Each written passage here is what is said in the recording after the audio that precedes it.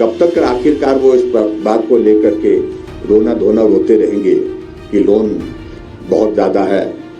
जब हमें भी हिमाचल प्रदेश जो है वो संचालन के लिए मिला तो सत्ता प्राप्त हुई थी, तो उस वक्त ऐसा नहीं था कि लोन था ही नहीं। लगभग 50,000 करोड़ रुपए का लोन उस वक्त था। 1500 करोड़ रुपए 1.5 महीने में ले चुके हैं और जब तक ये 3 महीने का कार्यकाल इनका होगा, 2 महीने का कार्यकाल जो होगा उसमें 1500 करोड़ रुपए और लेने की इनकी तैयारी, यानी कि 3000 करोड़ रुपए लेने की तैयारी इनकी है। हमने कोविड के बावजूद भी जो 2013 से 2017 तक उनकी सरकार रही, जितना लोन उस वक्त लिया उससे कम लोन लिया इन 5 वर्षों में। जो लिमिट थी हमारी लोन लेने की, उस लिमिट को हमने कभी टच नहीं किया, हमने उससे कम लोन लिया।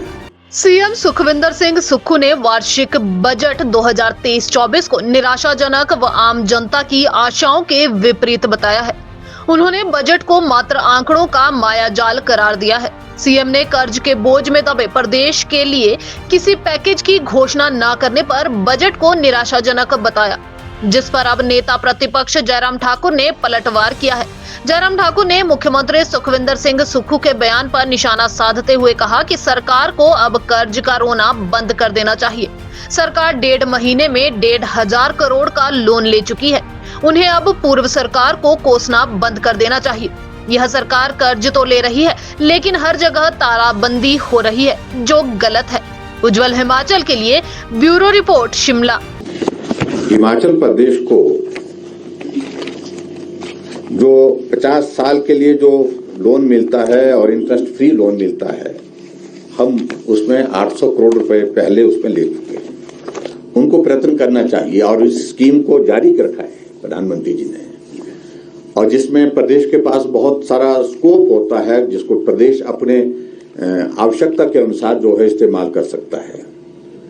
उसमें उनको प्रयत्न करना चाहिए, प्रयास करना चाहिए, अपना पक्ष रखे, लेकिन सिर्फ कोसने से नहीं, ये होना चाहिए वो होना चाहिए।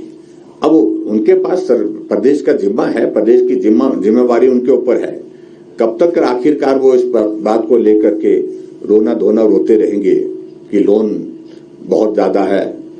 जब हमें भी हिमाचल प्रदेश जो है वो संचालन के लिए मिला तो सत्ता प्राप्त हुई थी, तो उस वक्त ऐसा नहीं था कि लोन था ही नहीं। लगभग 50,000 करोड़ रुपए का लोन उस वक्त था। और मैं ये उनकी जानकारी के लिए बताना चाहता हूं, हमने कोविड के बावजूद भी जो 2013 से 2017 तक उनकी सरकार रही, जितना लोन उस वक्त लिया उससे कम लोन लिया इन 5 वर्षों में। जो लिमिट थी हमारी लोन लेने की, उस लिमिट को हमने कभी टच नहीं किया, हमने उससे कम लोन लिया है। इस बात को भी उनको समझना होगा। और अभी बजट सत्र से पहले जो 3 दिन का सत्र विंटर सेशन धर्मशाला में हुआ और उसमें लोन की लिमिट को इंक्रीज करने का प्रस्ताव आया, वहां पर बिल आया और उस बिल में उस लिमिट को इंक्रीज कर दिया, उसको 6% तक कर दिया। और उसके साथ साथ में ये भी उसमें कर दिया गया 150 करोड़ रुपए 1.5 महीने में ले चुके, 1500 करोड़ रुपए 1,500 करोड़ रुपए, मतलब यानी कि 1500 करोड़ रुपए 1.5 महीने में ले चुके हैं। और जब तक ये 3 महीने का कार्यकाल इनका होगा, 2 महीने का कार्यकाल जो होगा उसमें 1500 करोड़ रुपए और लेने की इनकी तैयारी, यानी कि 3000 करोड़ रुपए लेने की तैयारी इनकी है। तो इसलिए मुझे लगता है कि अब इनको इस सारी चीज को लेकर के ज्यादा बोलना नहीं चाहिए, अपनी परिस्थिति को समझना चाहिए और उस परिस्थिति में कैसे प्रदेश आगे बढ़ सकता है, डेवलपमेंट के काम किस प्रकार से हो सकते हैं, इन सारी चीजों के लिए अब जिम्मेवारी उनकी है।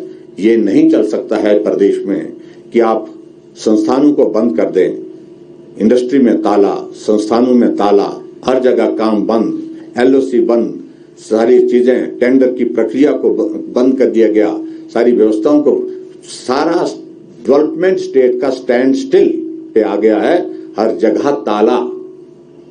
ये इस सरकार की एक बहुत बड़ी उपलब्धि है। इतने इस छोटे से इस कार्यकाल की मैं उतना ही कहना चाह रहा हूं कि प्रदेश को आगे बढ़ाने में काम करें, ये तालाबंदी बंद करें। हिमाचल प्रदेश के विश्वसनीय ज्वेलर भूषण ज्वेलर्स